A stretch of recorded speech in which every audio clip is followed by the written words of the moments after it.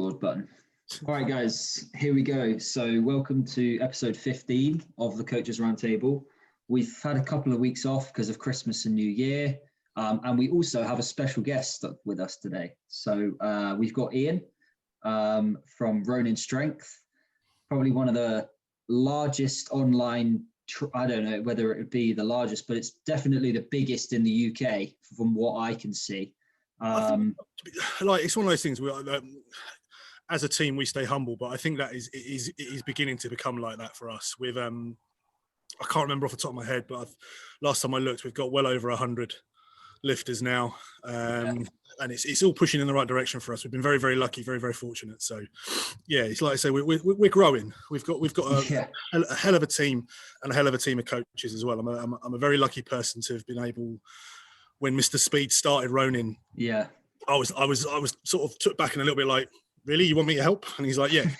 So I'm very humble about that and very grateful for the opportunity to get to work with these people. So like, one of the coaches at Ronin Strength. Alongside that, sort of to give you a little brief synopsis about myself, been in and around weightlifting now probably the better part of a decade, I think. I was in the scene before CrossFit got into it. I can remember turning up at an LSE competition and there was about 4 people watching, to within 2 or 3 years having Crystal Palace absolutely packed out with people you couldn't move. Yeah. So like I say, I wouldn't say an OG, but like somewhere between the old school and is the current new school. So started off as a lifter at Bethnal Green under Giles Greenwood. I was very, very lucky there to stumble into him. Got torn apart straight away in Giles' own special way, which was humbling straight away. Then after that, sort of stayed under Giles' wing for quite a long while, got myself into a load of coaching courses, and then started to feel after about 5 years I could coach people. I think it's a big thing as you guys know, as young coaches coming up, you've got to sort of drink from the Kool-Aid before you can start telling people that this is the way it should be, or this is the way to a certain extent, to excuse the pun, the recent one. But so, and then from there just grew and grew and grew, and was very lucky that I found I was lucky enough to stumble into a very talented young lifter, a girl by the name of Lucy Hughes, and she and me sort of grew within the sport together to the point where I was being asked about her and where she was being coached and what she was doing, and it got to a point where my experience to a certain level was like, I don't want to stop her from going, but the opportunity for her to go train at Crystal Palace with, at the time, Mercy Brown, Chris Forrester when he was on the up, people along that lines, was too much of a good opportunity for her, and also for me to put myself around elite lifters. One thing I learned very quickly from my rugby days, you get an opportunity to be in a bigger pond, you take it. Grab it. You don't try to be about it. You just sit down, you shut up, and you listen. And I did that, and that again spawned more relationships, which have then I've learned from there. So it's not always about the coaching; it's also about getting some life experience with other coaches. So, not to name drop, but very lucky to work with Keith Morgan for quite a while with Lucy. Even so much I built a relationship with Kaz. He's an interesting one. Learned a lot from him. Christian McPhee. I owe a lot to Christian. He'll probably call me a sod for saying that. I think we all do. But Christian very much put me. I can remember I'd done a load of coaching courses, but I hadn't really started my British weightlifting courses yet. And I sort of went up to sort of the baller site, signed in, booked myself on for my level 1 eventually, and I got this this text message going, what the fuck? Like, you're on my course. Why are you on my course? It's like, you know more than most people. And I'm like, well, I've got to do it for legal reasons. So it's like, a lot of times. And to be honest, and if it wasn't for Christian, he wouldn't have introduced me to someone who I aspire to a lot, is Mehmed.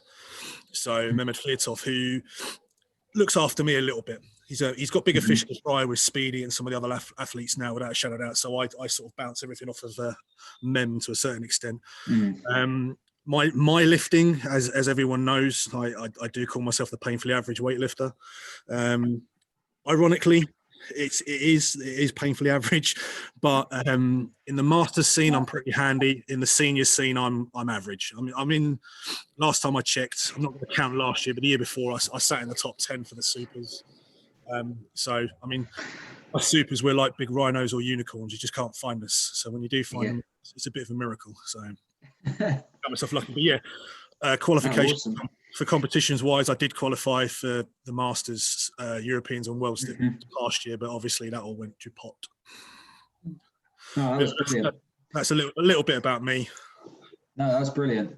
And obviously, I, like you said, with Christian as well, like Christian was the one that started me doing my level 1 and then passed me on to Adam, and I learned from Adam. And then now it's similar story to you with Alex was my first lifter, and then she just got so much, I know, she just got so much bigger than me. And I was like, yeah, she moved back to Chelmsford at that point, and then she started getting coached by you. And I was like, yeah, that's perfect, because like it's sort of like that natural kind of it's a big thing, man.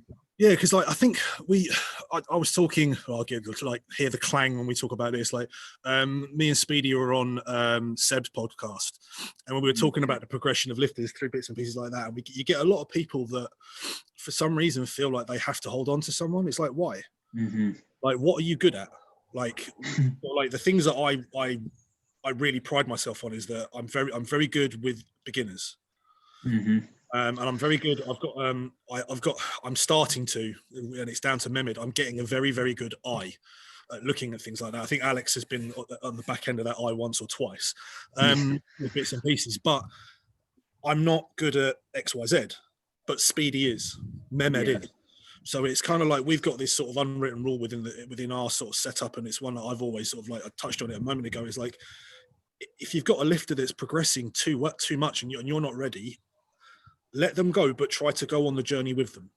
Yeah, absolutely. Because you're the time that you're gonna, like I say, if Alex keeps going the way she's going, and she should do, in 2 years' time, you don't know where she's going to be. She could be at a national training centre. You've got no idea. Yeah.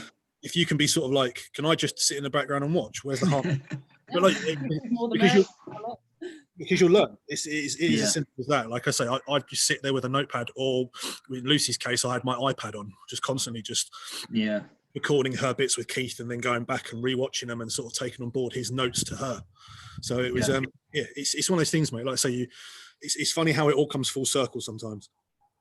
Yeah, it's funny as well, because the interesting thing is, like, obviously Alex being introduced to you, and then I didn't know you at the time, but then I got introduced to you, and as a result, I've obviously learned. I've met Chris Speed, and loads of other coaches, and it's sort of like, if that hadn't have happened, where would you have ended up? Because you know, it's not just a natural progression for your athlete; it's an opportunity to be able to like learn, but also meet other coaches, other athletes, and like, it's not like that possessive sort of, no, these are my athletes, you stay away from them. It's an odd one. You do get it. I mean, like, it's one of the things I'm very fortunate. I've got it's one of those things. It's I've never met the guy, but I've been friends with him on Instagram for the better part of 4 or 5 years now. And he came to me about a month before Christmas, I think it was, or 2 months before Christmas. That sounds about right. And he was like, look, I'm so fucked off with this. I'm like, right, Dave, send me a program, show me what you're doing. The guy's right, yeah, I can see what you've done. It is, with respect, a little cut and pasty. It's not very unique. It's not very unique towards you. And I took him on because he's a friend, as a project for me as well. and now he's lifting down at Atlas. He's doing a lot of his training there under the eyes of Cyril and Dave. And obviously you've got Emily and you've got Sarah there, and you've got some absolute killers. He's like, me not allowing, but me understanding that, right, that's a good opportunity for him. Yeah, absolutely. Not to be too, this is my lifter, you must fuck off. He's going to come to us. No, like, that's Cyril. Like, Cyril is a goat within British. Yeah. Dave is an absolute goat within British weightlifting. I have no right to even be in the same room as them. But I've had a conversation briefly across, funny enough, Instagram with Cyril, and I said, look, really, really grateful for the stuff you've been doing with Stu. It's been massively handy to me, because like, he's, even much like as we've all had to adapt to online, it's hard because even though you are filming in 3D, you only see it in a certain way. You can't see the little tiny things. Whereas Cyril's just gone, right, he needs to work on XYZ. I'm like, sweet, that's the best you've ever got. Stuart's fed me back information from Cyril and Dave. Right, we've adapted his program, and he's gone on to Snatch We did like a little in-house comp just before all this new clusterfuck turned up that we're going through. And he snatched 114 and clean and jerked 143, I think it was, or 142. Christ, that's really good. Cheeky little fuckers lifting what I am, weighing about 4 kilos less. But he's a hell of a lifter, and it's one of these things. Again, you can work in conjunction with each other. Like Alex would bounce things off me, not so much that I was coaching her. It was like, what do you think of this? Right, in my opinion, it's kind of this way, but try this. If it works, it works. Tell Connor, and then you two can play around with it. But it's handy just to have each other's backs more than anything. One thing I've noticed a little bit, and I don't want to pick on powerlifting because I'm seeing a much better side of powerlifting since I've been involved with Ronin and Pierre and Leah and people like that, and the crew down at Built Differently. I had a very tainted view of powerlifters for quite a long time, but they are very defensive and very bitchy. Whereas it seems like most weightlifters, you're just like, I got your back. Like, doing this a little bit wrong. As long as you approach it in the right manner and you're not being a dick about it. Like, perspective as well. How long was I in Chelmsford for? Probably like a year, almost 2 years. I think it was about 2 years. Yeah. Off and on. Yeah. I picked up like, so many things from, just like training, with you, Ian, from having you watch me, from, just discussing things. I think, the more exposure you get to different coaches, the more things you'll pick up, because everyone has their own, kind of coaching history and experience and little tidbits and things to give. So, you can still have your kind of main coach. Like, I think like I get on with Connor really well, and he knows my kind of training background, what we're kind of moving towards. It's like, that's that's that. But that doesn't mean that, it doesn't mean that like you're just like locked in, No, exactly. It's having the open mind. I think a lot of it is having an open view upon things. And it's, I can only say that I've probably sort of been experienced to one or two coaches who were very, very defensive over their lifters and other bits and pieces. And I, when I dug deeper into it, they were very wet behind the ears. So it was one of those things like, in about a year's time, you're going to come up to me and go, yeah, you were right on that. And it's like, it's one of those things. But the majority of guys that have been in the game for long enough are also willing to. Another thing that got me, especially like the generosity of certain coaches in this country, that it's really missed on some people. Sort of like, we all know how, I've got to be careful the way I word this, how unseen our sport is. The only reason a lot of the time people see our sport right now is for people who can't keep needles out of their bum. So when you meet, like when I met Giles for the first time, it's like, I was working in Chelmsford at the time. I found him on the internet. I didn't know it was Giles Greenwood. I just knew it was Giles. This is Giles from Bethnal Green. So I forgot to ask when I was emailing, like, how much is for the session? And at the end of it, I go, right, how much do I owe you for this? I had like 150 quid in my wallet thinking this might be like a 50 quid PT session. I just didn't know. He goes, oh, just give me a fiver. I was like, what? Yeah, just give us a fiver. I was like, right, there's 20 quid. I'll be back every Friday for the next 4 weeks. And then it was the same thing with Keith. Like when I went and did sessions with Keith, it was like, what do you want for today, mate? Because I took Lucy up there. I was like, she's all right. You just a fiver. I'm like, well, like, if Lucy's coming back for the next sort of 2-3 weeks, there's her money. So it's just one of the things. It's like these guys are just fountains of knowledge, but they're also not trying to take the piss. They're so giving with the information. Again, like Cyril's never met me face to face, but he's willing to just give me information like that. And I think that's a big thing. I think a lot of people sometimes look at this in the wrong thing, that they're going to become a millionaire, and you're not. You're really not. Yeah, I mean, we're definitely in the wrong sport and the wrong industry to be able to make millions. Yes. But I think that's a good point that you make, because the landscape of weightlifting has changed entirely since when they were young coaches to now us, for example, being youngish coaches, where this can now essentially be a livelihood for us, where we can actually earn a decent living for it. Whereas back then, no way, everything was done. It's very different, like the landscape, like it's so different. And the introduction of online coaching as well has also aided the fact that 100%. you can earn a decent living from it. It's like if you do it well, for example. Oh yeah, exactly. I think if you've got the right concept and you've got the right business idea and you can deliver a quality product, it's there. I won't lie, and I've said this to Chris when he approached me with it. I was skeptical. I was very skeptical. I just thought, I can't see how online is going to work. But then when I dipped my toe in it, I was pleasantly surprised. There's so many different apps out there that you can use to communicate with your clients and the bits and pieces that made it a lot easier.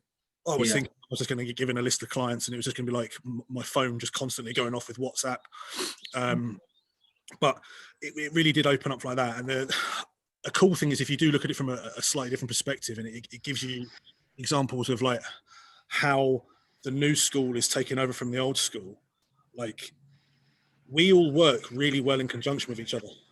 If you look at it in London at the moment, or let's say London and a little bit, I cover a bit of Southeast and stuff like that, and I can drop people like Aaron in with that, with fitness performance and stuff like that. We all get on. We all sort of mingle in with each other and everything like that. Even so much so that I've got clients of mine that train in the London Strength sessions. And Christian gives me feedback on that lifter. So it's like she's in there doing my program in a London Strength open session within Gymbox. But it's fine. Do you know what I mean? And that's something I pride myself on, the fact being that we've built these relationships with people that it's not an issue. Those lifters can come and train if they want to. Like you, I don't think you two have been yet, which is very naughty. Not yet. Because you would love it. A Friday night at BD or a Saturday afternoon at Built Differently is just something I have never, and I hate to kind of put the one next to the other, because it's not. It's kind of like this is here and we're here, but it gives you that kind of cow strength, max out Friday lunacy, like going off. Like you've got Chris, Jamal, me on a platform, me just trying to keep up with those two. You got the girls just going at each other, and just like I've never seen a more positive environment to lifting. And then in conjunction with it, you've got the power lifters just doing what I can describe as retarded things. in like you just sit there going, how much was that? Sorry, that was just shy of 400 kilos. And he just deadlifted it like that. Yeah, jog on. It's like it's such a mad little atmosphere that. So I think it's testament to sort of the coaches that have grown up at the same time. Me, Christian, a handful of others. We're all kind of like, we understand it's going to take all of us to keep lifting this sport. Not individual battles or team versus this or that versus that. It's all very much trying to sort of like being together. And when you do think of London, it is huge. I mean, it is and it isn't. Do you know what I mean? It's if you do think about it from a weightlifting perspective, it's not that big. Very few weightlifters, a few clubs, this, that, and the other. But in the past, they were very much separated. But now we kind of all sort of lift together and sort of function together quite well. Even when if I did hit a brick wall and I needed someone, I know I could call Christian. So it's like that. So it's a nice little community that we've built up there. So which you guys are now coming into even more so about as well. Indeed, I think there wasn't any money in the sport previously, so all of these kind of the old guard, the really kind of top coaches, and they've been in the sport and they've remained in the sport because they love it.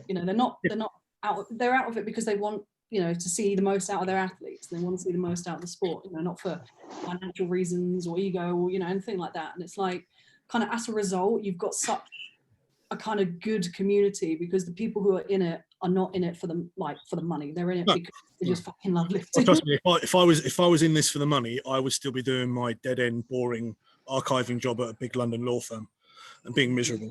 Trust me, I would quite happily be on furlough right now, sitting on my ass scratching myself doing nothing, than what I'm literally having to not to sing the sob story, because I know you guys are probably going through the same thing, especially Connor to a certain extent. It's you do it because you love it. And it's one of these weird things. You put up with a lot of other shite because of this love of this, possibly the weirdest sport I've ever got involved in. When you try to, but for us, it's been a lot slower than say you guys, because obviously we don't do a lot of the online coaching, and really we've only had the opportunity to sort of coach people from a Saturday, but even then, like I still am bewildered as to like how we've managed to build a club into something that it is after doing one session a week, and it's great. The thing is, like, I'm not with you guys, because it's like, you, not to put into sort of comparisons, you guys have basically followed a very similar path how I did with Chumps of Barbell before. I was kind of with that first lockdown, Chums of Barbell, which is my little thing. Yeah. Kind of, it shrunk massively just due to the nature of the first lockdown. And then I left the gym that I was using for the facility for that, and wasn't really able to get things kick-started again, just due to the nature of like coming out of lockdown 1 and then within a couple of months going back into lockdown 2, so on and so on, and things like that. But you guys have allowed your club to very naturally grow, and because of that, that's what I kind of done with Chelmsford. It started off with 1 or 2 people, and I sort of scratching my head going, oh shit, this isn't going to work. Then all of a sudden it's like another lifter out of nowhere turns up, then another lift out of nowhere turns up, and then they bring their mate, and then like I started to work out, because believe it, I don't know if most people know, because I know I joked about it earlier on, that how beautiful I am. I'm very old to a certain compared to you two. I'm far too close to 40, and it's very annoying because I can't recover from anything anymore. I got my head around Instagram. I got my head around how to push posts in the right direction, and Facebook I never really got my head around because it was just pointless. But social media to a certain extent allowed me to push advertising without it looking like advertising. Yeah. And then my presence grew and grew and grew. And it's a very similar sort of system that you guys have done, like not copied, but sort of a similar sort of structure where you guys built, I mean, correct me if I'm wrong, to a certain extent, it's like, because I remember every time I spoke to Alex about coming down, which I really regret I never did now, it was like, you pushed the social side of things, which when she was talking about it, it's like, right, this sounds like my old rugby days, where it was about lifting, but it was also, right, let's go get a beer. And that in itself, you create a community, and next thing you know, you've got 25 lifters. Yeah. You know, like, I remember some of those early sessions, and you know, 1 week you might get 5 people, 1 week you just get 2 people. Yeah. You know, but you carried on going because, again, like, you know, for us talking about the money, we just like, we did some coaching, we chatted some shit, and then we went out and got some coffee, and you know, just carried on chatting, and you know, you kind of coffee. You have Yeah. But, like, 2 o'clock in the afternoon and Alex is sloshed. if Alex had her way, it would be beer. Yeah.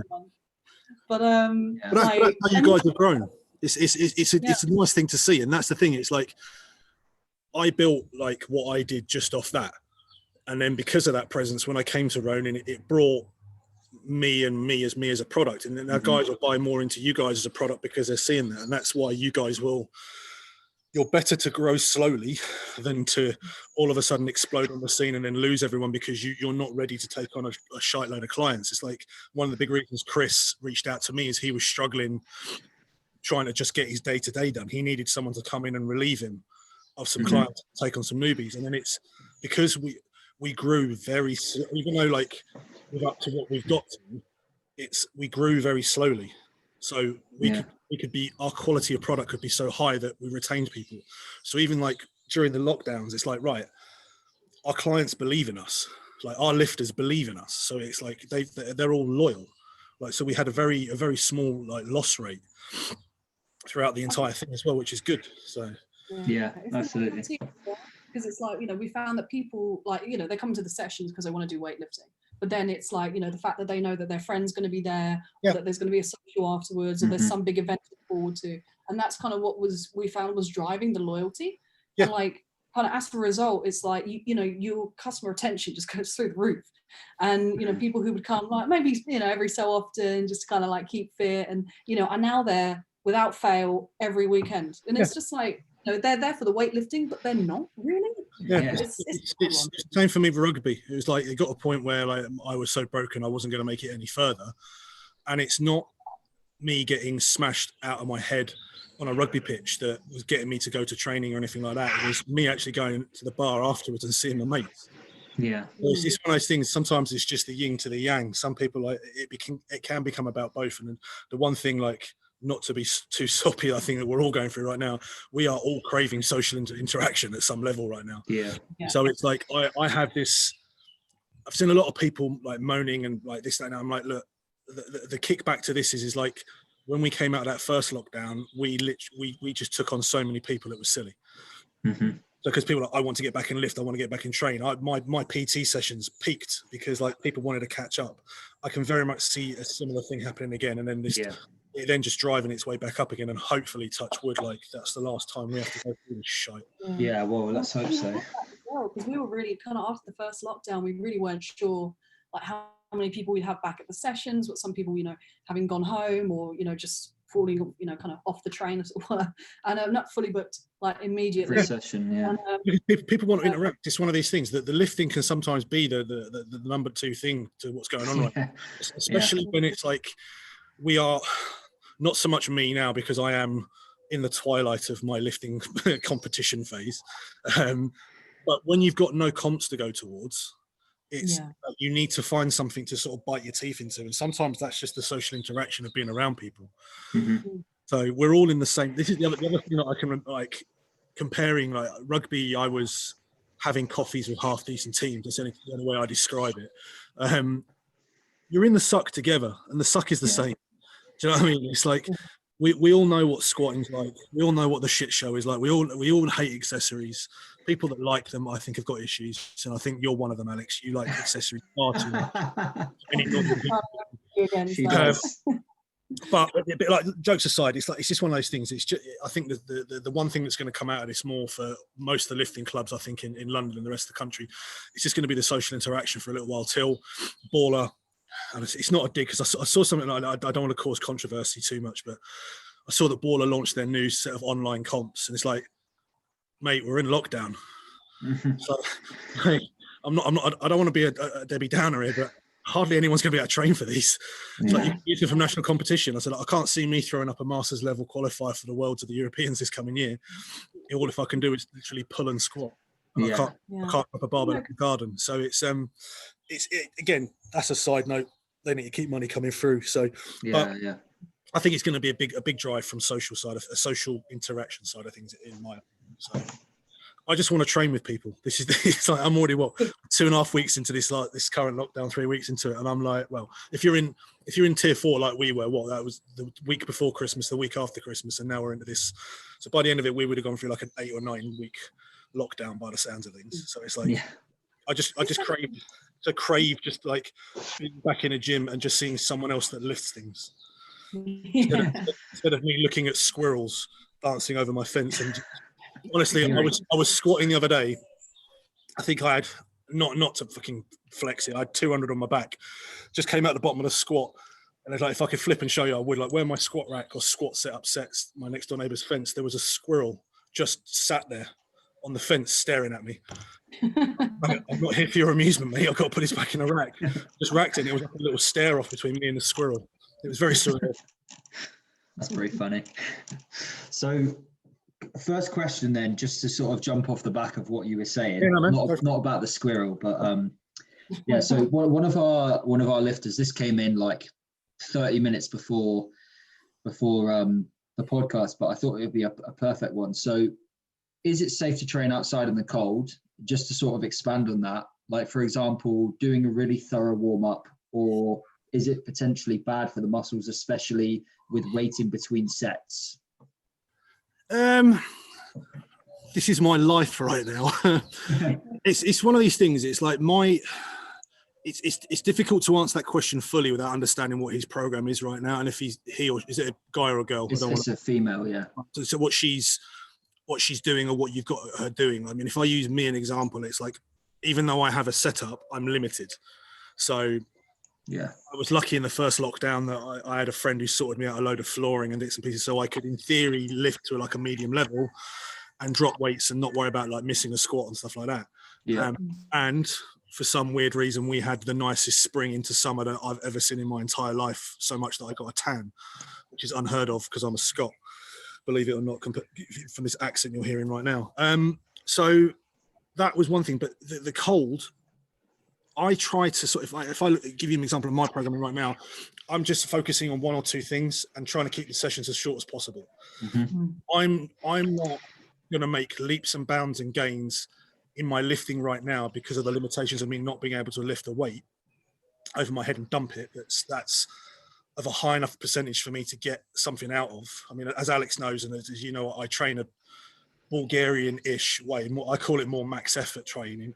I'm limited on that, but I can do pulls to death. I can do squats to death. So it's one of these things now. So I look at it as I come in, I do a squat variation, I do a pull variation, and I do a strength variation of what I'm working on for that day. And I try to limit my rest time to sort of 2 to 3 minutes in between. Some people are very lucky that they are training outdoors and it's only just cold. They've got a cover or they're in a garage. I'm in the open air. I get rained on 3-4 times. For me, I'm used to that. It harps back to rugby days. I just try to be safe. But as it's getting cold, I just staying within your limitations. Don't be stupid. Listen to the program. Shorter rest periods will keep you warmer, keep things firing. If you take too long, you are going to get cold and you will get stiffer. It is inevitable. So back where like Alex would be in complete shock that I would be doing like one lift every 6 minutes back in the day. That's very much, it's very much gone out the window now. It's very much now like, right, to give you a funny example, like my Christmas Day workout, squats and shots, that was a 35-minute workout all the way up to 205 for a triple on a back squat. And I was literally taking a couple of minutes rest in between each set because it was just too cold. So it's just about, I would sort of round that off by saying time management and limiting yourself to the elements as much as humanly possible. Like if you are indoors and you're in a garage, like you're fine. Just suck it up a little bit. If you're outdoors and you've got a covering, that's a slightly different thing. If you're outdoors, you haven't got a covering, that's a slightly different thing. But I think it's just common sense. Just keep moving. Don't sit down. That's a weird one I tried the other day. I was like, I took my chair and put it to one side and I was like, right, I'm not going to sit down through this. Do that. Set a 2-minute timer, straight back in. 2-minute timer, straight back in on my pull. It was a very different. Like I'm not used to that. Alex knows I like to sit. So I think we all do. So like to take that out of the way, it was good. So it's hard. Like I say, it's depending on the workouts. I've got someone who doesn't mind training outside. I've got them doing EMOMs. It's like I had one of my clients. He's the CrossFit box he was training out of only had an outdoor facility for them to use at the time. And he's like, right, I need to get this done in an hour. I said, well, welcome to the EMOM train. So we're doing 3 sets of EMOMs and then you can go. And it's as simple as that. And it's also managing expectation in this current environment as well. From a coach's perspective to a lifter, it's like, we can't, like, you may not be able to push your lifts. So what can we push? There's no harm doing, like, I don't know if, like, you may have seen my post from yesterday. I dragged my 32 kilo kettlebell out and I absolutely destroyed myself. So there's literally no harm in throwing something in that isn't completely left field. I mean, if Speedy had his way, he'd have me doing box jumps, sprints, all things like that. With the argument, it's not going to do me any harm. I'd argue it might kill me, but like, right now it's just have an open mind to trying a few new things because it's. The other thing is, if you're training on your own as well, it can be fucking soul destroying, especially if you're cold and you're wet and you're not used to it. So it's keep the rest periods as short as you can. Keep moving, stay warm. If you can get a heater, get a heater. Do you know what I mean? Like an old duvet, isn't it? Duvet. I've seen that. I think you may know the girl better than I do. Is it Maxine? Yeah. Like her TikToks and stuff of her training, her Instagram of her training is hilarious in a nice way. It's like you just see her there in whatever courtyard she's in a quilt. It's just like, I get you. It's like I train with this old rugby jersey, a rugby fleece I've got. Like the other day, I was like layered up underneath this, just working away. It's like you do what you can do. Do you know what I mean? It's one of those things. So. Hopefully, I answered that all right. No, that was perfect. I don't have anything to add to that, and obviously, it's perfect that you came on as well because I don't train outside, so I'm lucky enough to have a basement downstairs and. Lucky man. Mate, I know, honestly, very lucky. And Alex is just squatting and pressing at home because literally just she's in the got living room wooden floors, which mats on top of the floors, but you know. Simplicity is probably key right now. Just to keep, again, it's one of these things. It's like, right, I'm going to be throwing in some really odd shit over the next couple of weeks. Number one, I'm bored. Number two, I'm limited. So it's a case of like, I don't know if you ever met him. He's a absolute, like, he's a little Yoda in the powerlifting world to me. I called Never Trains Legs on Instagram. His name's Ash, trains out of Built Differently. He is Mr. Conjugate. Like he lives and breathes West Side to a level that I live and breathe anything to do with the word Bulgaria. takes it to an extreme. So later today, after this, I'll be warming up and doing box squats. Nice, yeah. Just Change to, things up. yeah, just to change, like chucking the kettlebells in. It's just going to change things up and like get a different response. Like my hamstrings haven't hurt like this in God knows how long.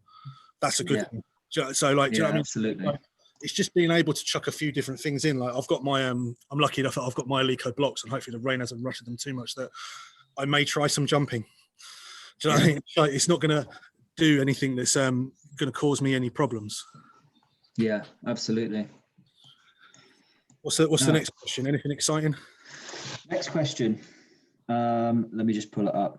So this is from Prince. I think this is a bit of a joke question, but I want to see where it goes. Okay, so is it worth swapping out the snatch for the split snatch? And what are your thoughts?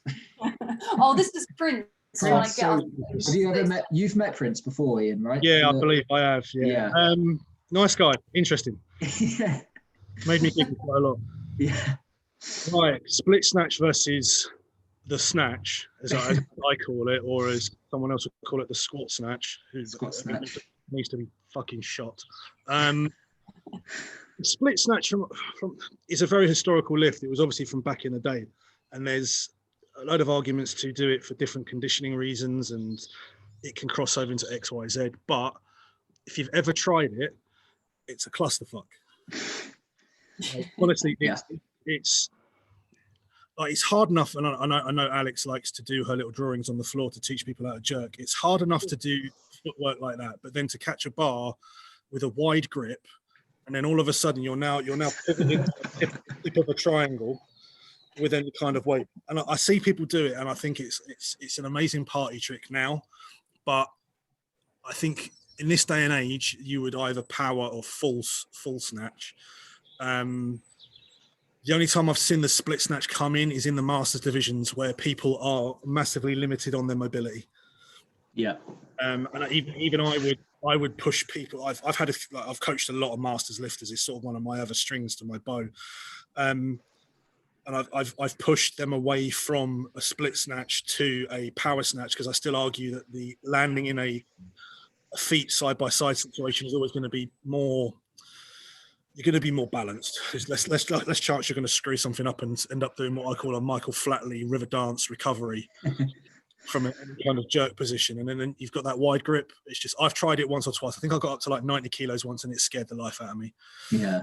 I think it's like, so traditionally, I think it's one of these things that have been, take the jokes away, is masters lifters tend to do it more. It's a hell of a skill set to learn. Yeah. It is like when you do try it, it's a very different kind of movement, and it's like, which is kind of like motion, but it really is. It plays havoc with your head. So yeah. I would, unless it's like a massive mobility issue where there's just like, no matter how much you try, you're not going to win that battle. I would personally push people over to powers or full as much as humanly possible, because I know you're going to get more bang for your buck out of that, and the risk versus reward is less. It's kind of like the squats. It's kind of like the squat jerk versus the split jerk. It's like it's high risk, high reward, or it's like somewhere sat in the middle where you're going to be able to recover stuff, especially for the split jerk as well, because you've got you can't catch it as low because you just never recover out of it. Have you seen those old school pictures with the lifters who are literally like, yep. Oh yeah, excuse my phrase, their nuts are literally touching the floor. Me skinning the floor. You see that picture and you're like, right, he's got 140 kilos over his head, but that's impressive, especially with like metal plates back then. You're like, how did he recover? I cannot mechanically work out how he recovered from that. Where's the video? I want to see the video of this almost splits.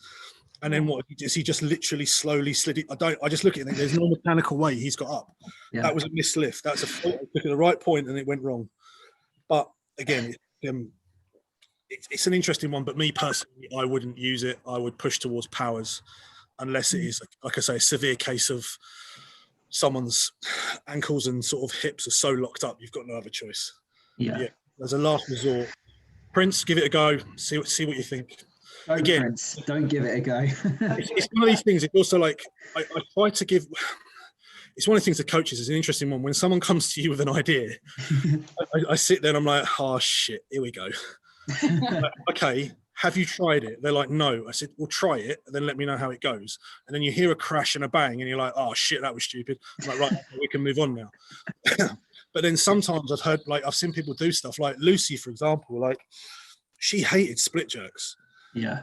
She was like, she was an ex-gymnast and parkour player. I'm not too sure what the right term is for someone who runs away from the police. That's what Christian did, mate. He just teaches kids to run away from the police. Yeah. Jokes aside, I'm only joking, Christian. She moved like I've never seen anyone move. Like no bullshit. The girl was gifted, like mobility wise. I remember I'll have to send the lift to you, but when I was working in London, she sent me a video of her snatching, and I can only describe it as, you know, the Michael Jackson picture when he's like literally on the top of his toes, and they've got that thing, and he's done. That's how she caught the snatch. She only weighed like 42, 43 kilos. I think she had like 50 kilos over her head at this point. And she, the bottom of a squat, I mean, literally arse to grass on her toes. She caught it, rolled forward, tip of the toes, stopped, paused for a number of seconds, and then just went. It's like, I think Alex has heard me shout this at enough people. It's like my favourite thing is to sit the fuck down. Is the fact that too many people rush out of snatches too soon. She got so used to me sitting there, she just paused, held herself, and then just dropped her heels down and stood it up like it was nothing. come back to her jerking, like she would squat jerk. And I remember the first competition we took her to Bethnal Green, she squat jerked and the whole place lost their shit. Yeah. We were like, huh? Yeah, and it was outstanding. Yeah. So it's like one of these things. It's high risk, high reward. It's just one of these things. It's like, give it a go. There's no a lighter weight. It's not going to do you any harm. It might even improve your jerk technique with your footwork. You never know. There could be a little bit of crossover there. But for a snatch, I would go back towards powers if he's thinking about trying to switch his technique up. Yeah. I think, with Keely it was interesting because, like, you know, she was kind of came to us as a beginner, and, you know, trying to teach her obviously, you know, the split jerk as your kind of introduction to the clean and jerk. And you know, very soon she developed. It was whenever she was pressing overhead, she just gets shooting pains up her arms, and we're just trying to, because, you know, she eventually kind of developed a sort of fear of jerking because she knew that it was going to hurt, and so split jerk was just like whatever. We just couldn't figure out what was going on here. Same issue with the power jerk, and we were just messing about. It was Prince. Prince was doing some squat jerks naturally. Of course he was. The most mobile man on the planet. Yeah, Keely, why don't you give that a crack? And she does. Is he one of your lifters that just like likes to fuck around with everything? You see something, it's like, ooh. So what he does, so he does it very cleverly. He kind of he looks at you and then he'll ask, like, can I do a split snatch, or like, can I try this? And then you'll just look at him and he knows, like, that's the look. No, you fucking can't. But he's gonna do it anyway. So we might as well just go, is it going to hurt you? No. Yes, fine. Just do it. I've got lifters like that like to sneak. For me, it's not so much. They know not to push that one with me because I will just get angry and I won't talk to them. They'll just get a look and I'll just go sit down. Like one of my lifters, Fran, bless her. I think you met Fran a couple of times. I love Fran, yeah. Yeah, she would like, can I do this? And I just go and sit down. And she's like, why are you not talking to me? I'm like, stop watching hook grip. Stop watching ATD, right? You are not a 48 kilo Italian weightlifter. You're Italian. You're a couple of weight classes above. Stop worrying about it, Fran. Like, it's interesting. So, what did you say? She went on to do a squat jerk and no pain. It was basically like, because we were kind of gearing up, you know, towards her first competition, and, you know, it was actually for the first time of attempting squat jerk, it wasn't terrible. I was like, okay, I guess if we can only do this, then this is what we're going to stick with. Yeah, you get things like that where like little things are coming. Like obviously, like I would be looking further down the chain to see what's going on there with her upper back. It's probably a pinched nerve, or she may not be internally or externally rotating her shoulders properly. That's obviously causing some sort of cock up here. But yeah, it's a weird thing. Like, to give you a funny story, if you speak to Mehmed about the same thing, is like, I think he was. He'll correct me if I'm wrong, but I know the story, but I don't know what comp it was. Either a junior worlds or a junior Europeans or seniors. And his coach comes up to him. I think it was literally the day before, going, right, we're now power jerking. Oh. Christ. At an international competition, he's like, huh? Because we're training now. You're power jerking, and he literally had a day to get around from split jerks to power jerks, like, and which he then went on to literally master to a level that still defies my understanding of the sport. And you meet people like him, who was like, most people are a little bit small compared to me. I'm a bit of a lump, but Mem at 69 kilos snatched 152 and clean and jerked 192. Christ. So, which is just like, when you actually meet him, you're like, huh? Yeah. Tiny. So, but the guy is just so strong, it's scary. But again, like, sometimes a curveball will come in and it, for some weird reason, it works. Mm. And it's just one of the things, roll with it, because it's, again, roll with it, it falls into the category of it, like, for her to say to me that she's more scared of a split jerk than a squat jerk, I would be like, sit down, shut up, have a coffee. Let's, like, you're mad. Oh yeah, no, it wasn't like, you know, just come in once and no, we looked through it, we talked through it, and it was just something that was like kind of progressively getting worse. And then, you know, carried on squat jerking, but then also including the split wherever we could in the training, because I still wanted to push that naturally. And after a while, it kind of resolved itself. I found like, you know, a lot of beginners, they have their weird quirks, you know. Yeah, and the squat jerk actually strengthened the shoulder isometrically, and it probably solved the issue. There you go. So you know, I think he's back to split jerking now. I'm not sure, back in Australia. So, but it's always an interesting one where you get thrown a curveball like that, and all of a sudden, like, it's weird how you find out one thing sorts out something else. It's very sort of like circular. How a lot of this comes back on itself. You know, interesting one. I look forward to seeing something on Instagram of him split jerking now. He's got to do both. You can't do single ones. Who is this? Oh, for Prince. I look forward to seeing him doing it on Instagram or something. I'm not going to let him do that. I'm not gonna we're not reposting that. I'm happy to let him try, but he's not. I'm not letting him push it. All right. So this is another one that would be probably good for you as well, Ian. That all three of us can get into. So someone that we don't actually know that submitted a question. It's called Coach_JDK. I think that's Jordan. I know Jordan. Jordan. So I didn't find his name on his profile. He's not got it anywhere. So. Oh, really? Yeah. So could you do anything? Oh, one sec. Could you do nothing else other than snatch and clean and jerk and still make progress? No squats and deads, for example. Oh, that's an interesting one. Right. Buckle in. Ian salivating. No, because like specificity. Christ, I said that word right the first time. Right. We are a very specific sport. Like, the sport is snatch, the sport is clean and jerk. So it's kind of like, if you look at it from a perspective of, if you play basketball, you practice basketball. Mm-hmm. Anything you do outside of basketball is accessory work to hopefully improve you for basketball. Mm-hmm. But if you were to take, with my brief time I've spent with people that put themselves in the elite S&C world, like, a lot of the time, if you look at like top, you look at some football, soccer players to a certain extent and everything like that.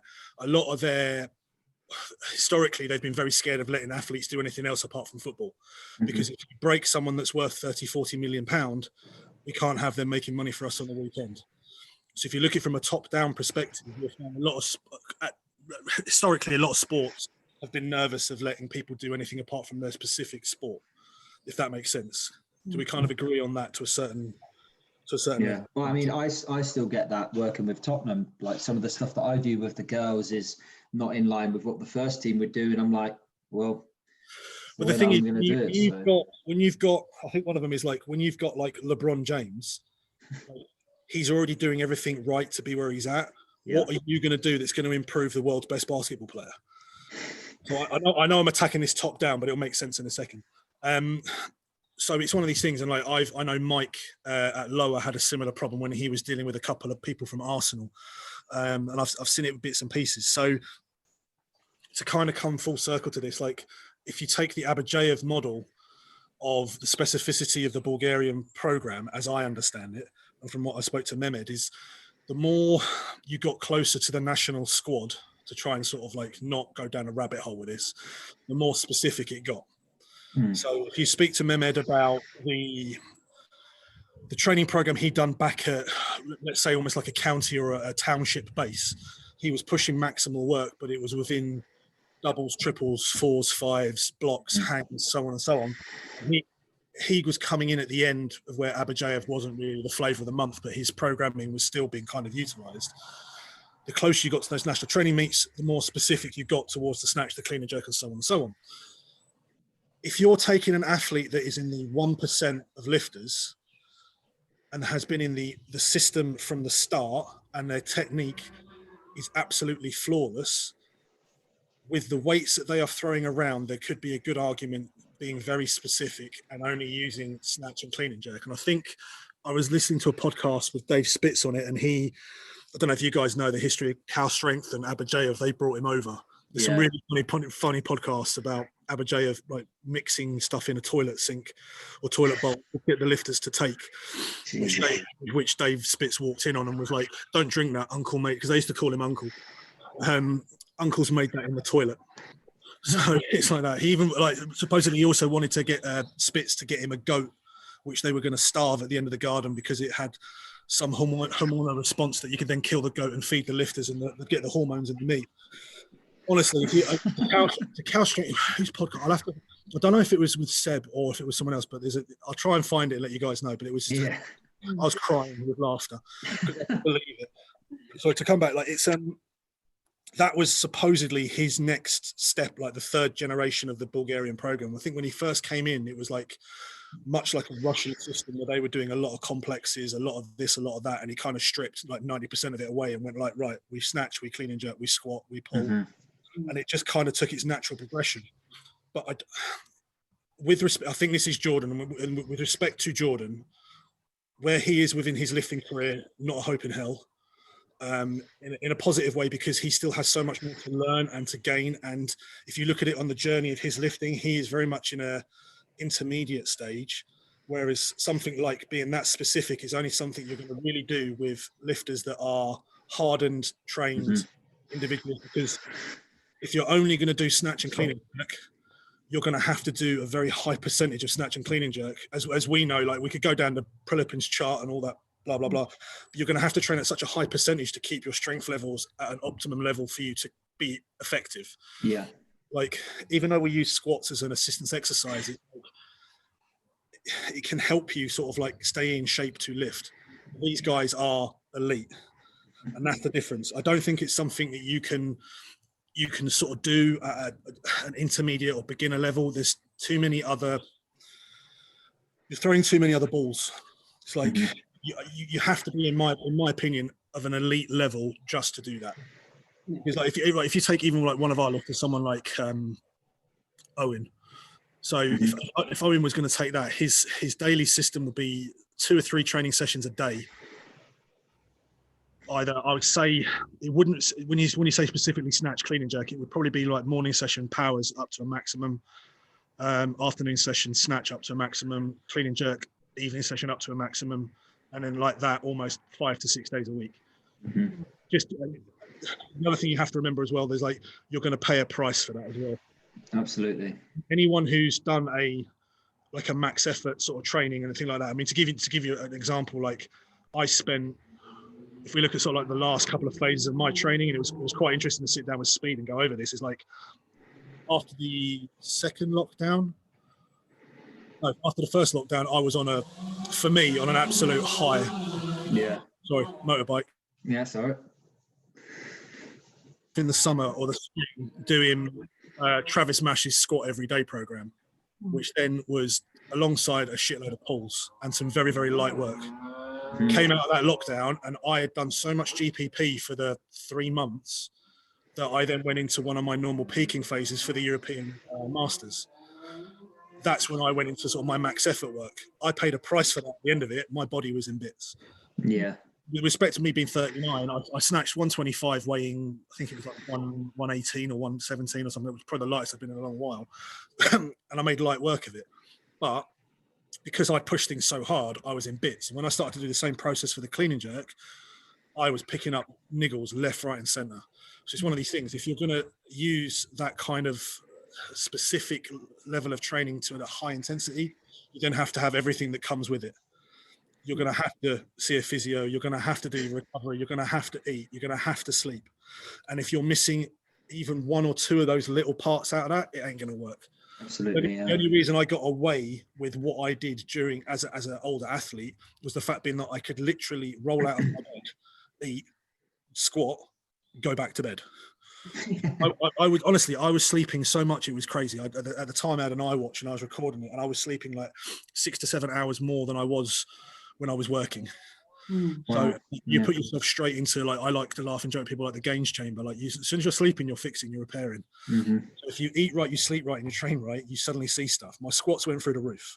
Yeah. So it's one of these things. It's not just as simple as doing snatch and clean and jerk and power snatch and power clean and power jerk. There's a lot more to it. And like I say, it's one of these things. It's like, it would have been interesting to see Abajayev try it with a Bulgarian system or some elite lifters, but I think you'll probably find a lot of them would have piss hot as well. Yeah, because I don't think it's something you could do effectively unless you're on medicine. If we're talking elite level, yeah, absolutely. There's nothing wrong with throwing a Bulgarian phase in for people.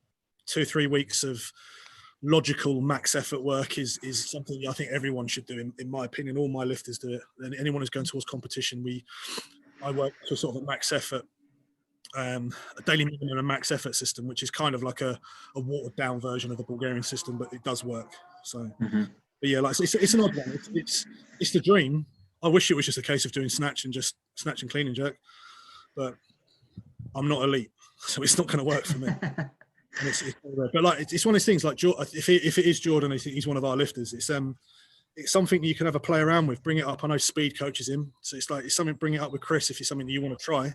But you're gonna have to come up with some level of justification on it. On his journey right now, he's not ready for that. Yeah. It's also, like, with respect as well, and it's not to get Jordan. It's mind-numbingly, destroyingly boring. Absolutely. People don't understand. I've experienced the suck this much. Like, Mehmet gave me a program once that I swear to God, like, he was trying to fucking kill me. Right? I don't know, Alex, you might have been there once. I was doing like max fives block snatches. I hit 100 and I almost died. Yeah, I remember. As a super, he made you do fives. Yeah, he's like, right, max your fives today. And I worked up, I think I hit 90. I was like, right, I'm done. And I'm sure Alex was there that day. And I was like, yeah, I'm sure you were, because I can remember you laughing in the back of the video. And I was like, right, I'm going to go 95. And like, Alex, all I heard from Alex was, don't be a pussy. Loaded up 100. And it was, don't get me wrong, it was Korean snatches, literally catching the reverse. Mate, I think I lay down for about a good 3 minutes. But his argument was that me pushing for a heavy single wasn't what was needed. Me pushing for a 5 is what was needed. So it's different horses, different courses. But again, like, to try and push max effort well, I think if anyone wants to even try it, my rule of thumb would be go watch the School of Champions documentary on YouTube and look how fucking happy those lifters are. You won't see a single one of them smiling. You won't. It's their job. No. So and that's the thing I think other people don't realise with the Bulgarian system is, at the end of the day, it's the old Spartan thing. What is your profession? Those guys were professional weightlifters. Yeah. In every conceivable sense of the word, to the point that some of them were training 3-4 times a day. So it's like, I think it's something to have a bit of fun with, but to get anything out of it, you'd have to be elite. I agree. Top 5% of the country, not an intermediate level lifter. It's like, you'll end up hurt because your bulletproofing won't be there. You won't be used to sort of like, unless you're squatting a ridiculous amount leading into it, it's not going to work. No. I think it also, I mean, you also touched on it, but sort of just to summarize to people, like you touched on, it depends where you need to get better. If you're ridiculously strong, is pushing your squat and your pull actually going to help your clean and jerk and your snatch? Oh, mate, you're looking at the person who has that exact problem.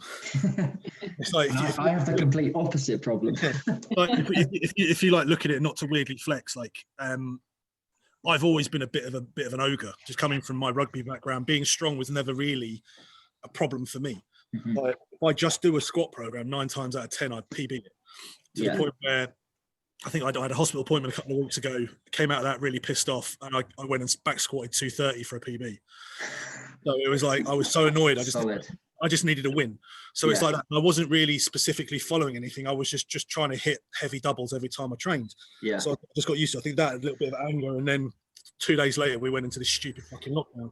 I smoked a 120 snatch out of nowhere, PB'd my power snatch out of nowhere, and that was after the back squat PB. It's like, I think I need to lift angry more. Yeah. But if you look at it, it's like my best back squat's 230 now. My best front squat's 190.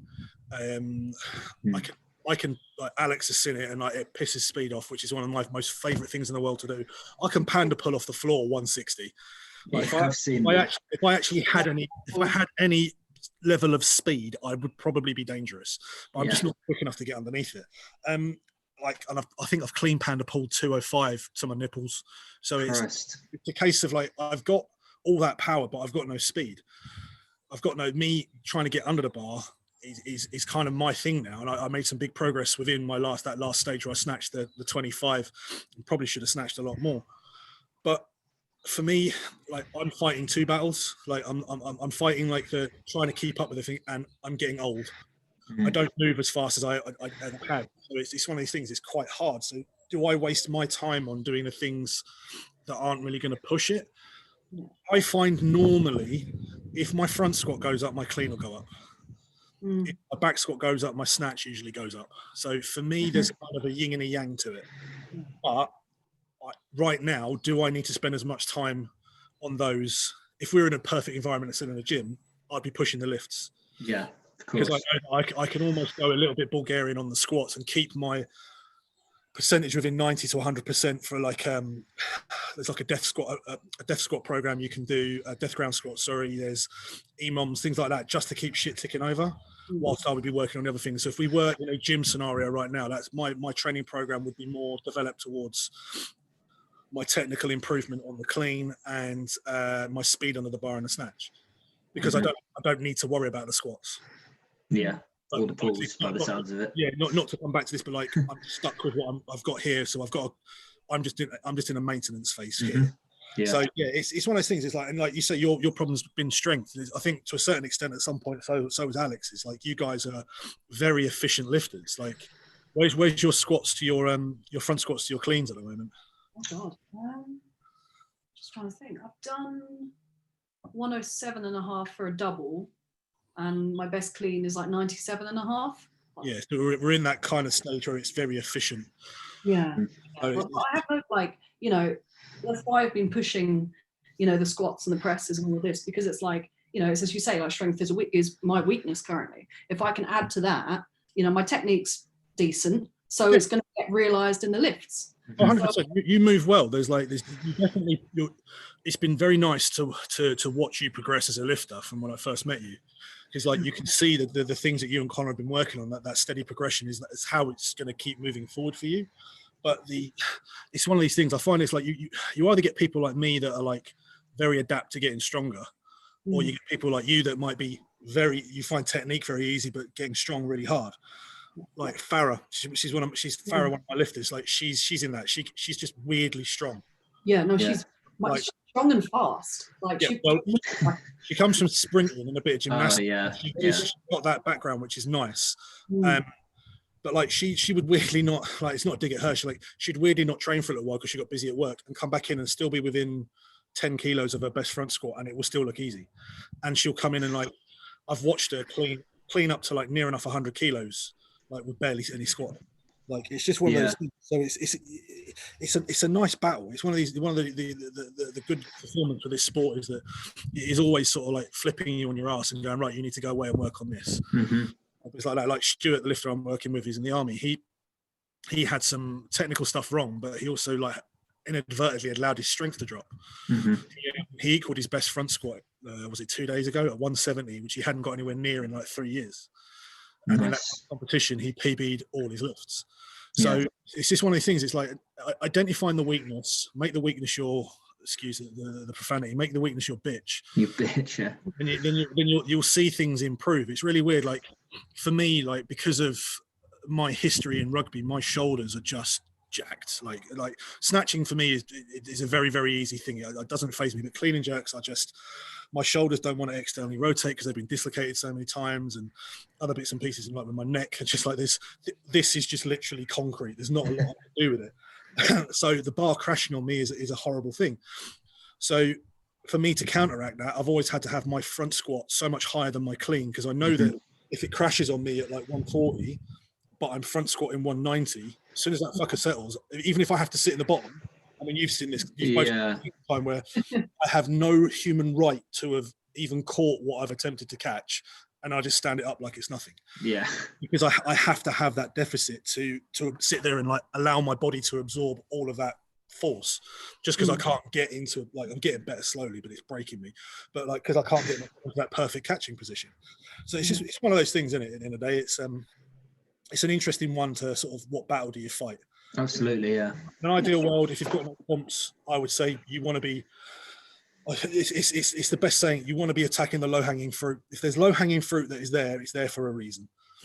If you are struggling with your strength, then you need to do a strength cycle. Do not do Smirlov. It is pointless. You will die, and you will not see any gains from it. But moving aside from that, but like I say, squats or pulls, and just trying to find out where the weakness lies. Like for me, another one is like, weirdly, my positions within pulling the clean are weak because of the issues I have with my lower back. So I've been working on that. So it's one of the things, a lot of the bits I don't post are like the amount of RDLs I'm doing, the amount of single leg RDLs, kettlebell RDLs, things like that, just trying to fix where I broke my back. So it's just these things. Find the low hanging fruit and absolutely own it. Because if you do, you're going to see massive jumps out of nowhere.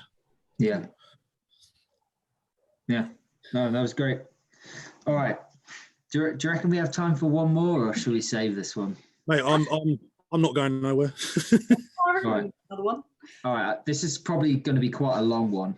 That's all right. And to be honest, I think we've kind of touched a lot on it anyway, in terms of like identifying different lifters, what they need, blah, blah, blah. But anyway, I'll ask the question and we can get into it. So as a coach, how do you decide what type of program will suit your lifter? Is it a case of trial and error, see what volume they need or what intensity they require? Is it related to age, gender, or variables like that? I know that's a massive question, but essentially, how do you start building a program for your athlete? It is and it isn't, because it's like you can go down a rabbit hole on this, but it's very, you can put it in very, in my opinion, very simple terms. If you've got a beginner, an intermediate, or an advanced lifter. So if you've got a beginner, you just like I do with all the beginners I get with Ronin and my own personal ventures and stuff like that. We start at the basics. Can you squat? And then we build off that. So it's one of these things. If you're looking for a very simple thing, because competition for them, the end goal, as far as I'm concerned, with every single client I take on, is like, eventually I'm going to want you to try a competition, be it a lower, be it the baller comp, whatever. You've got to try it. If you hate it, you hate it. That's fine. But that's the end goal. Competition is always the goal. So with the beginner, you obviously set up a beginner program, and then it's specific to their limitations. So that kind of takes that and puts beginners to one side. Gender within it, age. I've had female clients that are in their 50s that move better than boys and girls in their 25s. I don't think you can pigeonhole it into one of those. Everyone is so uniquely different that I think if you coach weightlifting, you can't really do cut and paste. You can't, if you're going to do it properly with people outside of a club environment, because that's slightly different, but from like an online thing or a one-to-one thing, you're very much individually programming. As much as you may try not to, you have to, because like you're going to come across different things all the time with different people, so on and so on. So if we take gender, age, all that, put it to one side. Intermediate is slightly different. Again, it's hard right now, and this is like one of the things that I'm struggling with massively with my lot. It's like trying to keep stuff fresh and moving forward, because we have no end goal. Normally, like I would speak to them and go, right, you're intermediate level lifter. We're going to look. My objective would be to get you into. If we're looking at like this year, be like, right, I want you to lift in the first lower invitational that comes up. We're going to program towards that, and then we'll reverse engineer backwards. So it's like, what do I need to work on with you as an intermediate lifter? Is there any low-hanging fruit? Do we need to get stronger? And again, it's just you, like me talking to Alex and going, right, where are you at with stuff? And so on and so on. And then I find the further you go up the ladder with the quality of lifter, more individual, and the more time you have to spend talking to them. It becomes and you two will know this because I've seen you do it. It becomes a partnership. So it's one of these things, you take on the intermediates in the beginning and stuff like that, but as they grow as a lifter, then you have to sort of go to and fro with them. And then again, you're reverse engineering back from competition. So if you look, like we're very lucky at Ronin, we've got some lifters that should again, not to put a Debbie down on it, if things come back to normal, we've got potentially one or two lifters that could be pushing for qualification for the Commonwealth Games. Leslie's like the prime example. Like Chris and her have to sit down and like, I'm not giving away secrets here. They have to almost reverse engineer and work out, right, your comp's here. Is this an online competition? What have we got to get you ready for this? Is it a Scottish Nationals that you need to qualify for? It's having the foresight to jump as far forward into the future as you can possibly get away with and then plan backwards. So, again, like for me, again, the intermediate level lifter, it's very much that two-way conversation, giving them a bit of rope, bringing them back in again, which I'm pretty sure you've done a few times. And then, like I say, you build that relationship and move further forward with them. And then it does. Like me and Lucy was always she was ranked number 2 in the country at one point. It was very much sort of a sort of like, right, how you feeling? Almost programming on a daily, not even so much a weekly. Yeah. So if you like, so I think some of you might have listened to it or not. It was quite an interesting podcast with Seb when he spoke about Mezzo, like how when he spent that time with him over in wherever the hell it was. I can't remember the equator. Oh yeah. I never pronounced it right. And when he was there with Forrest, it was like there was this kind of set out for the week, but then if you looked at what was done at the end of the week to what was programmed at the start, it was the polar opposite. Entirely different, yeah. Because you're dealing with someone at that level, and that kind of like, I think that's how it sort of triples down with most elite lifters. It's like you have a basic structure, but sometimes the shit just goes wrong and you're not going to be able to get to that or to do this. So yeah, I think it becomes more and more individualized the better you get as a lifter. But again, to me, it's competition backwards. You've got competition in 12 weeks. We build something around getting you ready to be at the best version you can be at that point in 12 weeks, regardless of what level you're at. So it's like, right, if it's your first competition, right, we're going to go there and set some PBs. If it's your second, third, fourth, we're going to beat them, but we've now got 16 weeks. Great. We can do 2 or 3 different little cycles here. We can do a hang cycle. We can do, and that becomes where they're weak. Like I always argued, I think with Alex, was the fact that she should be doing more blocks, just to work on these bits and pieces like that. So it's like, it's understanding, right, I see a weakness there. Let's run that for 4 weeks. And then we've got 6 weeks into the competition. So we can make some real gains in that area for 4 weeks. Just technique, strength, so on and so on. Then go into a peaking cycle for 6. Bosh, the competition's done, and then it's just a matter of, right, what do we need to work on now? What's the obvious thing that you're fucking up on? Yeah, like you missed all your jerks at competition, right? Okay, guess what you're doing now for 6 weeks? it can be like you can go down rabbit holes and then build like the craziest program in the world, and it ain't going to work unless it's a two-way thing, if you know what I mean. It's like understanding your lifter is possibly the hardest thing to do at times. It's the hardest, but I think the best. Oh, it is for sure.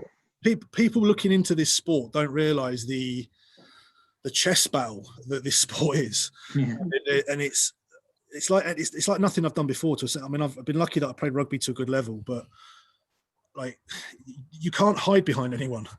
Yeah. Like if I fucked up as a prop, which happened far too many times for my liking, like there was always a whippy little back that can come around and sort of save my ass from missing a tackle.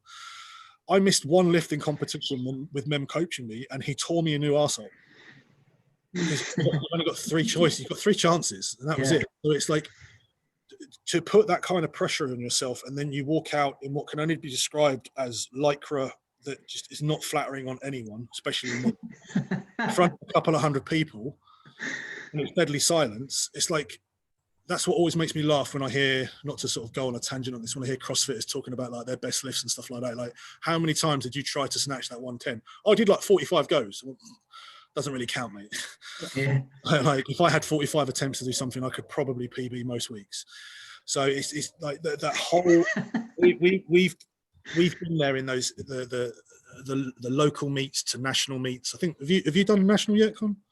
Not yet, but that was my aim for last year. And yeah, it's like same as me for sort of like masters. Like we've all been there in those high pressure moments. Yeah. Be it LSC or like the English for Alex and sort of the bits and pieces. It's like you're literally like your soul is out there.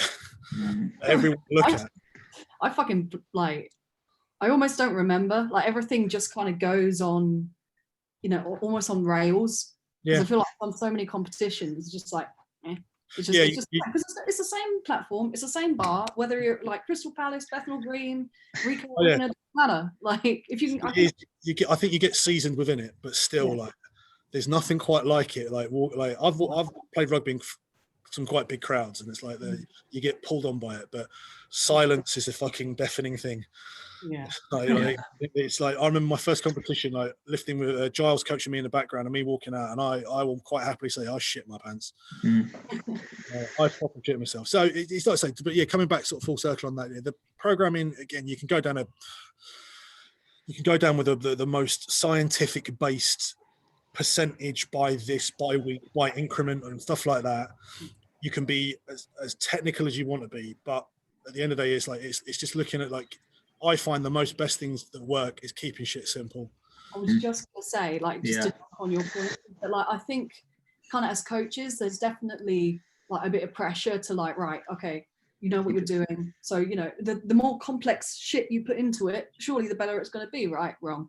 There's too many variables day in, day out. And I find that like really, you know, just keep it simple. Keep it, you know, just whittle it down to its absolute fundamental.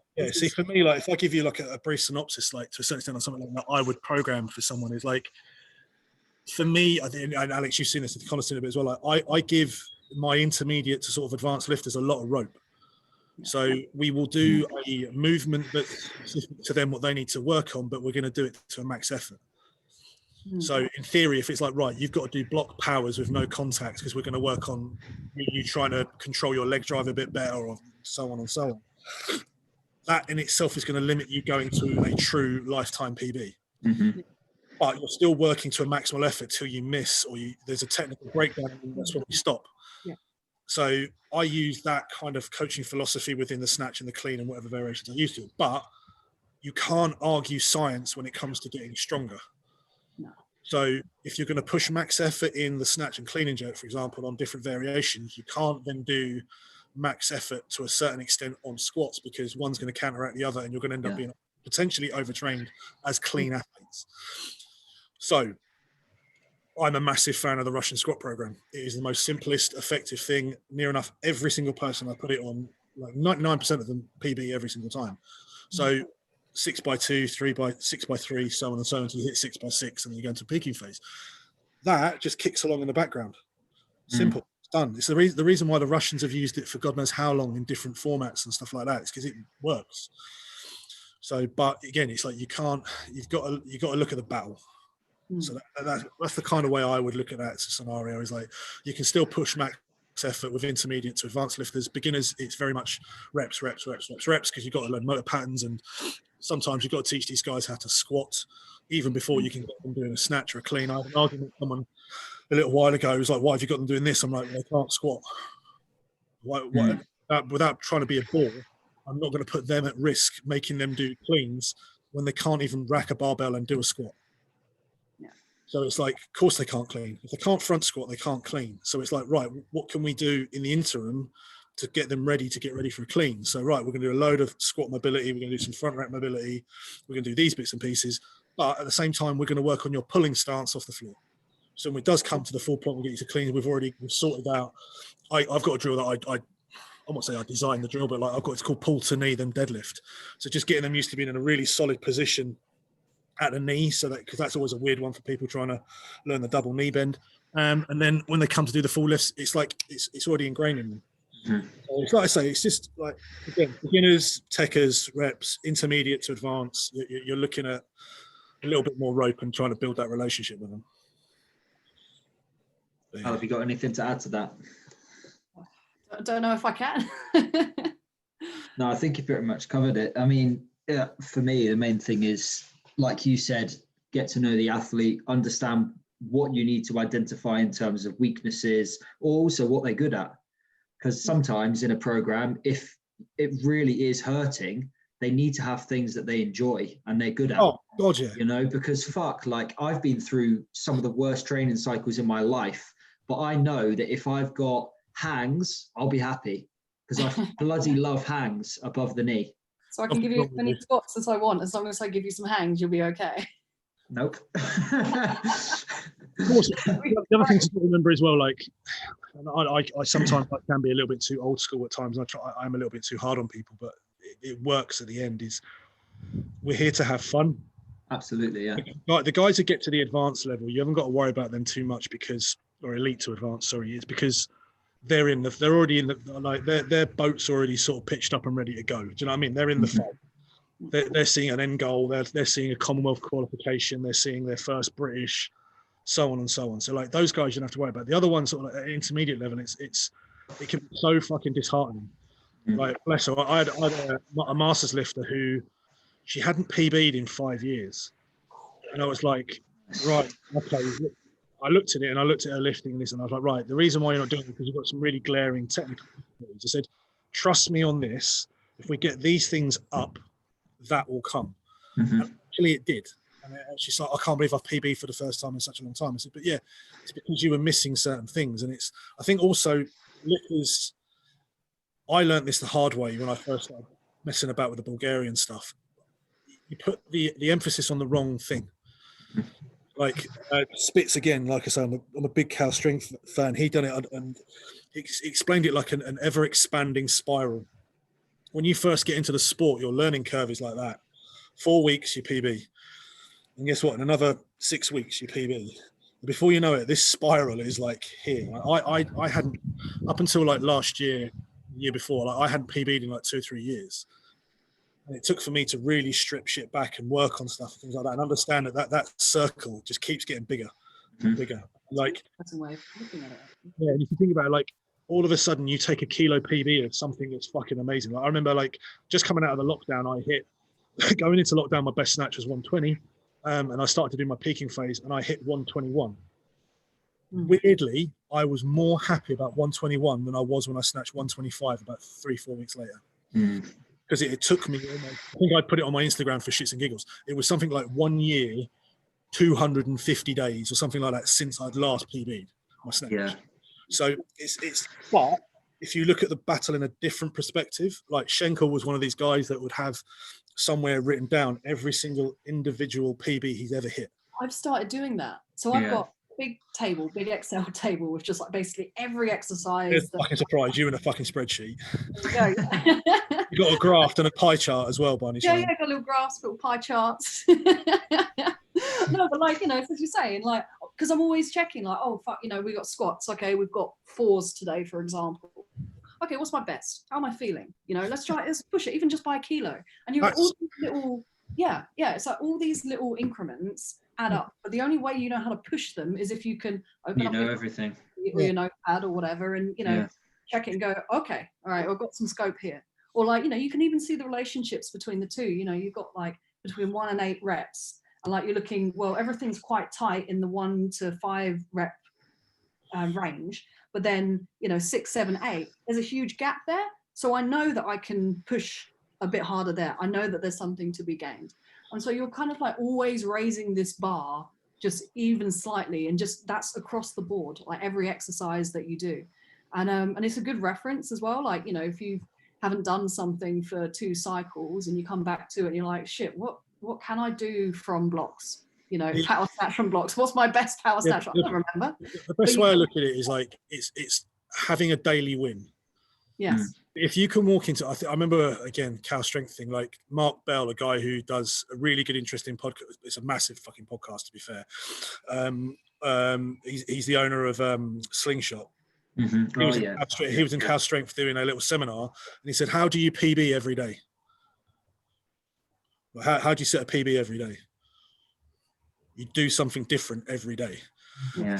It's kind of almost a West Side Barbell type concept of where they're pushing so many different variations that eventually something's going to lift your actual conventional style lift up. Yeah. So it builds confidence. Like if you all of a sudden hang snatched, I mean, Alex, what's your best snatch from the floor at the minute?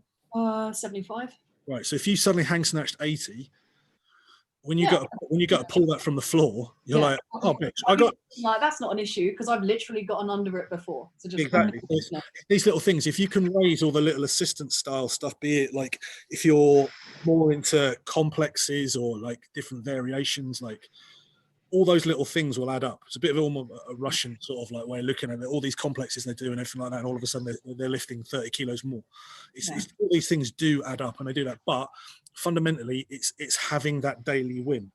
The way that I was programming my sort of max effort, sort of daily minimum max effort type stuff is that I said to myself, like, to give you an example of like the running for the 125 snatch, every single snatch session, I had to come in and hit my daily minimum. That was non-negotiable. It didn't matter if blood was pouring out of my ears and my nose or anything like that. I was hurt, cold, whatever. I had to hit that. Anything over that is deemed as your daily maximum. And if you can keep going, keep going. Every session I was walking away with a little victory, or I didn't go backwards. So sometimes those little mental wins are huge for this sport. Absolutely, yeah. It's like, again, a kilo is still a kilo. People obsess with having like 5-10 kilo PBs. It's all, I see people that like warm up to like a max effort and like that, their PB's 70, and next thing they've got like 85 at the bar. And I'm like, you've been smoking crack. Like, what the fuck? Just put 71 on. Yeah. You can hit that this week, and guess what? You'll stop there, and then next week you'll come in again, and you'll get 73. Yeah. Next week you'll come in, you'll get 75. And I got a very close friend of mine who's got into lifting, a guy called Tom, and he's the most fearless guy I've ever met in my entire life when it comes to anything. I think it's something about people from the West Country that they're just on a different level, of they have no common sense of fear. Just being around tractors probably, or the amount of time that they are. But he kind of listened after a little while, and he went on a run where he just went all the way up to like an 85, 90 kilo snatch over 5 to 6 weeks, because he just built up a tolerance to this and understanding like, oh, it's a kilo, still a kilo, it's still a PB. Yeah. So again, it's just having to know what all your little assistants are. Like, you can go down a rabbit hole, but I think if you just keep it very simple of like, what's your best hang, what's your best block, what's your best powers, things like that. When you do visit them, try to beat them. Yeah. You know, it's as you say, like, it's lots of little things that do carry over into the main lift and do actually lift up your numbers. It's like, you know, if we got 2 people come in and, you know, let's say for the sake of argument, you know, the technique is the same in both people, everything else is held constant. Like, you know, we've got one person who can even just dumb shit, like, you know, bench pressing. If they can bench press more, if they can squat more, if they can pull more, if they can lateral raise more, who do you think is going to be able to snatch and clean and jerk more? I'm going to put money on, you know. Yeah, it's like the way that I use them. I get a lot of stick for it because, like again, my panda pull stuff like that. But you see me do it. I do it because of a velocity thing. Yeah, I use that as I use it as a measuring tool. If I know that I am pulling 130, 135 at a certain speed at the top of the pull, I'm ready to snatch it.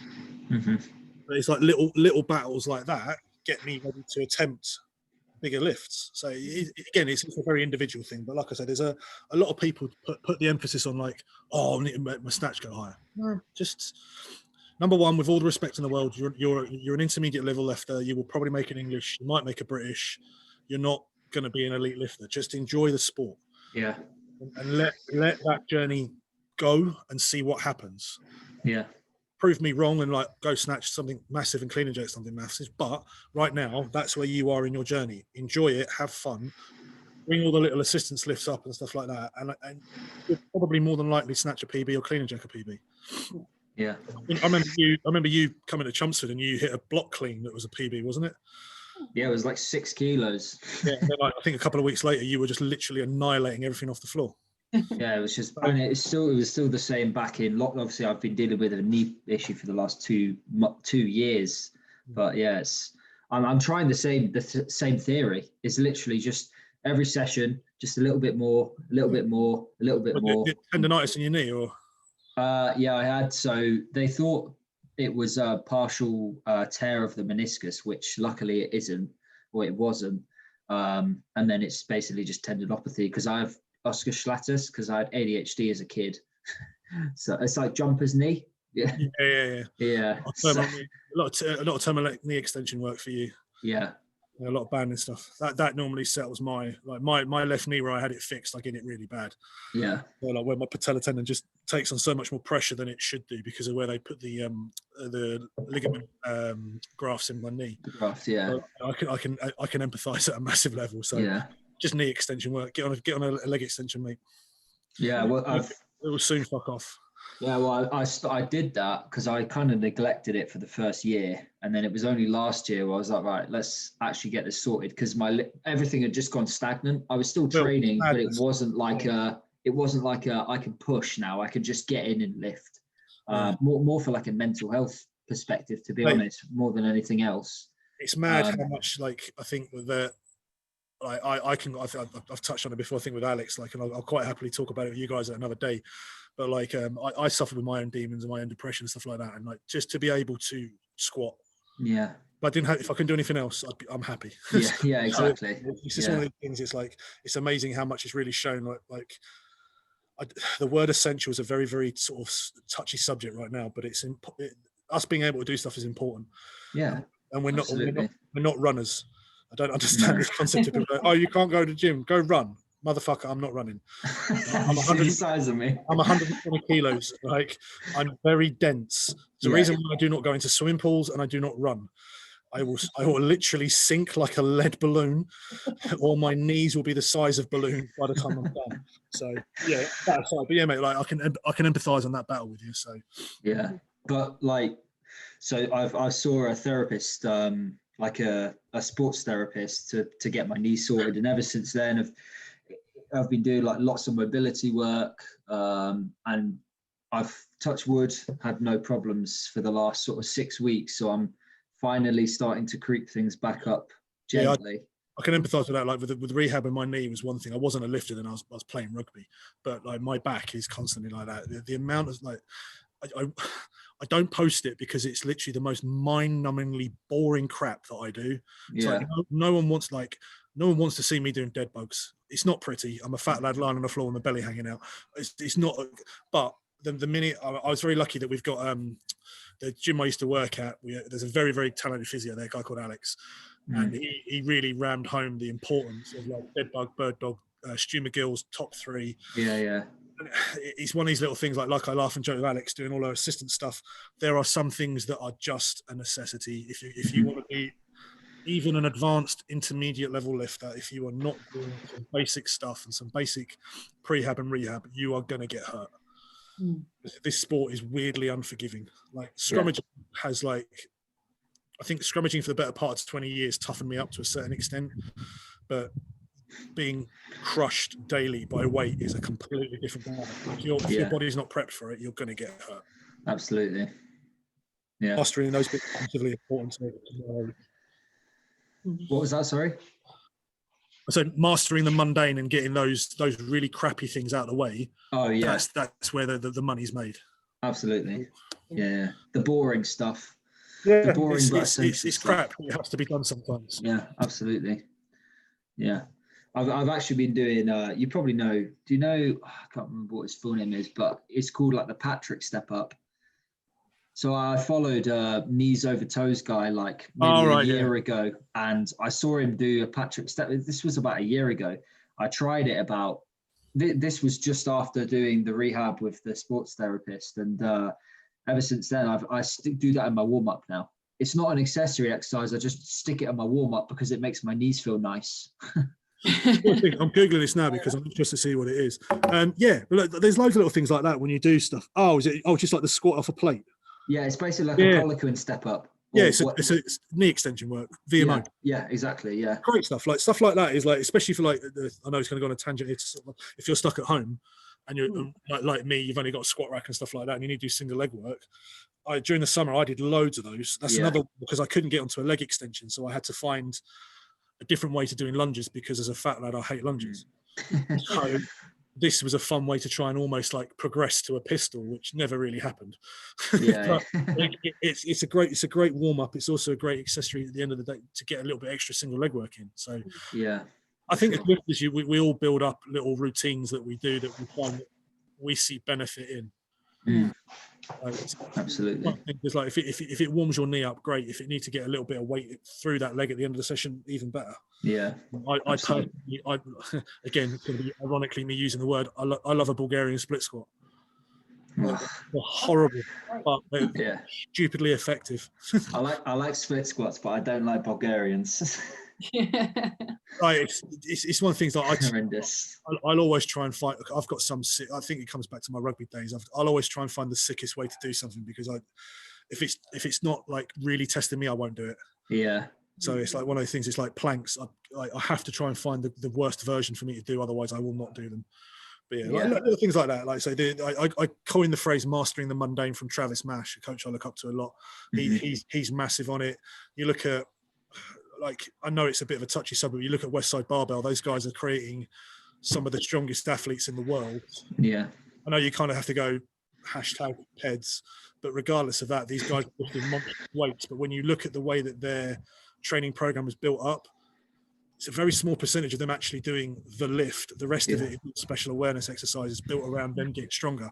So it's like if Louis is trying to throw them on whatever weird bit of kit he's built, like these guys are doing hamstring curls and glute raises and and they're moving the most weight in the world.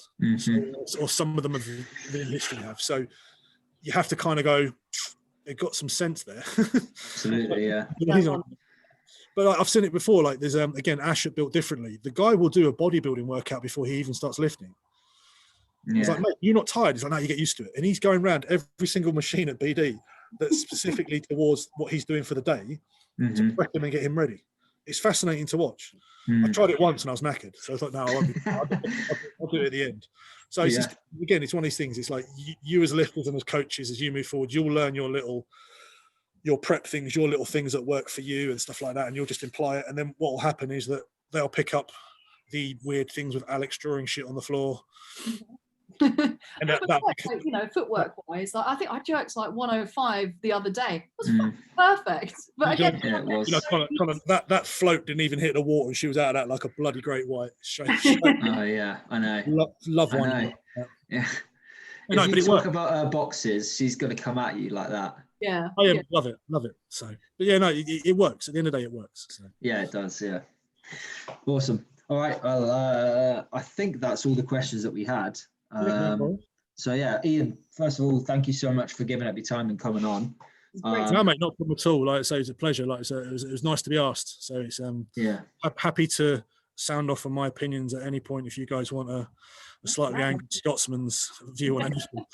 No, I mean, it's definitely, it's been nice to change it up a little bit and have someone else kind of talk a little bit more than just me and Alex saying, well, it depends, because, you could say that about a lot of things. But yeah, so thank you very much for coming on. And I'm sure this definitely won't be the last time that we ask you to come on. Next time you fancy it, I'll drag Speed on with me as well. Yeah. So that'd be great. You'll get an even different, like you'll get a little crazy ADHD Chris involved as well. So yeah, awesome. All right, this should be up, I reckon, in the next couple of days. I'll see how quick I can work technology. So it's not like you got anything else to do, bud. Well, yeah, I mean that's true. All right, guys, I shall catch you soon. No worries. Thank you. Yeah. All right. No worries.